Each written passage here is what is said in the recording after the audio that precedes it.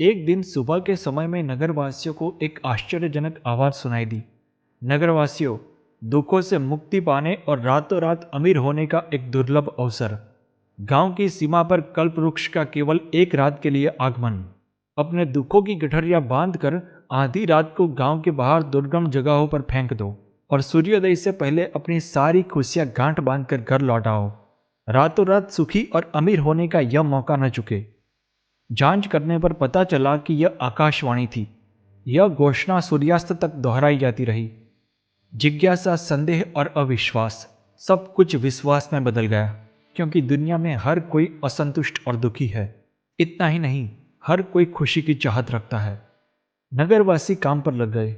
खोज खोज के दुख की गठरियां बांधी। सूरज डूबते ही सारे घर खाली हो गए। दुख दोबारा न लौट आए, इस डर से सभी ने गांव के बाहर दुर्गम जगहों पर अपनी अपनी गठरियां फेंकी और मनचाहा सुख प्राप्त करने के लिए कल्प वृक्ष के पास आए। सभी ने जल्दी ही अनगिनत खुशियों की गठरियां बांधी और सूर्यास्त से पहले अपने अपने घर लौट आए। पर यह क्या, सबकी झोंपड़ी और मकान की जगह जिसने जैसी कल्पना की थी वैसे महल खड़े हो गए।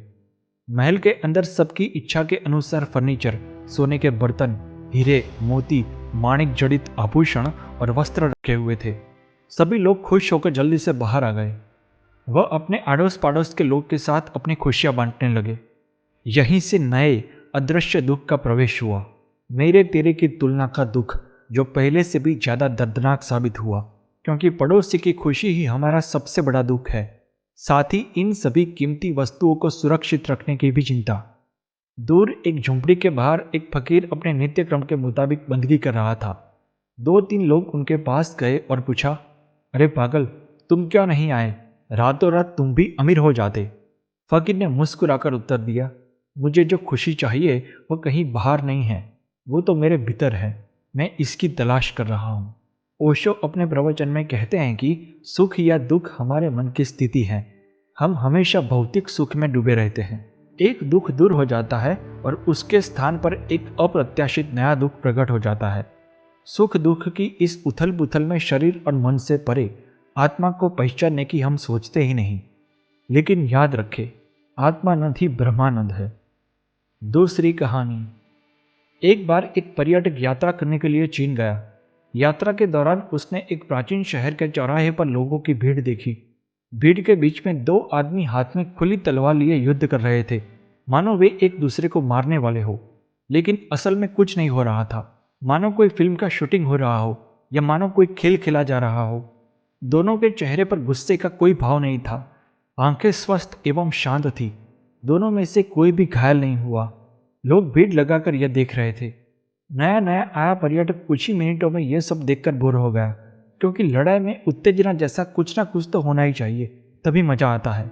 अचानक दोनों प्रतिद्वंदियों में से एक को गुस्सा आ गया। उसका चेहरा गुस्से से लाल हो गया।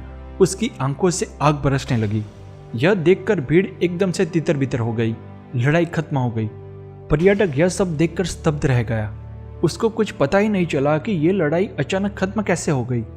उसने पास में खड़े एक बूढ़े स्थानीय व्यक्ति से पूछा, भाई साहब, मुझे समझ में नहीं आता कि लड़ाई जब चरम उत्कर्ष पर पहुंची, जब एक प्रतिद्वंदी वास्तव में क्रोधित हो गया, तब सभी लोग तितर बितर क्यों हो गए? लड़ाई खत्म क्यों हो गई? लड़ाई तो तब शुरू होनी चाहिए थी।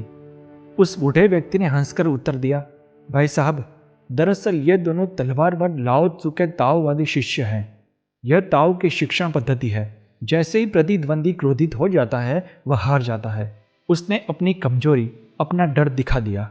दूसरा स्वस्थ एवं शांत रहा। उसका ध्यान भंग नहीं हुआ था, इसीलिए वह विजेता बन गया। दोस्तों, ओशो अपने प्रवचन में ये कहानी सुनाकर कहते हैं, जब भी आप क्रोधित होते हैं तो आपकी चेतना की ऊर्जा बर्बाद हो जाती है। स्थित प्रज्ञ अवस्था में आप अपनी आंतरिक शक्ति के स्तंभ होते हैं। इस अवस्था में आप अजय हैं, महावीर हैं। क्रोध उत्पन्न हुआ और उस क्षण आप उसे देख सकते हैं कि क्रोध उत्पन्न हुआ है, तो क्रोध शांत हो जाएगा। तब आपकी शांति भंग नहीं हो सकती। तीसरी कहानी। एक बार तिब्बती रहस्यवादी मारपा को एक आदमी ने प्रश्न पूछा कि मृत्यु के बाद आप कहाँ जाएंगे, स्वर्ग में या नर्क में? मारपा ने तुरंत उत्तर दिया, मैं निश्चित रूप से स्वर्ग ही जाऊंगा। उस आदमी ने हैरान होकर पूछा, आप इतने निश्चित रूप से कैसे कह सकते हैं कि आप स्वर्ग में ही जाएंगे? भगवान ने अपने मन में आपके लिए क्या सोचा है वह आप नहीं जानते। मारपा ने उत्तर दिया, भगवान ने मेरे लिए क्या सोचा है इसकी मुझे चिंता नहीं है। मैं तो बस इतना जानता हूँ कि मेरा स्वर्ग हमेशा मेरे साथ है और हमेशा मेरे साथ ही रहेगा, क्योंकि मैं जहाँ भी जाऊँगा खुश रहूँगा और वही मेरे लिए स्वर्ग है। इसीलिए चाहे मुझे स्वर्ग में डाला जाए या नर्क में, इससे मुझे कोई फर्क नहीं पड़ता, बल्कि यह बात ही मेरे लिए असंगत है। ओशो अपने प्रवचन में कहते हैं कि न तो दुख का कोई कारण है और न ही खुशी का कोई कारण है। सब कुछ आपके दृष्टिकोण पर निर्भर करता है। अगर आप खुश रहना चाहते हैं तो इससे कोई फर्क नहीं पड़ता कि बाहर स्थिति क्या है।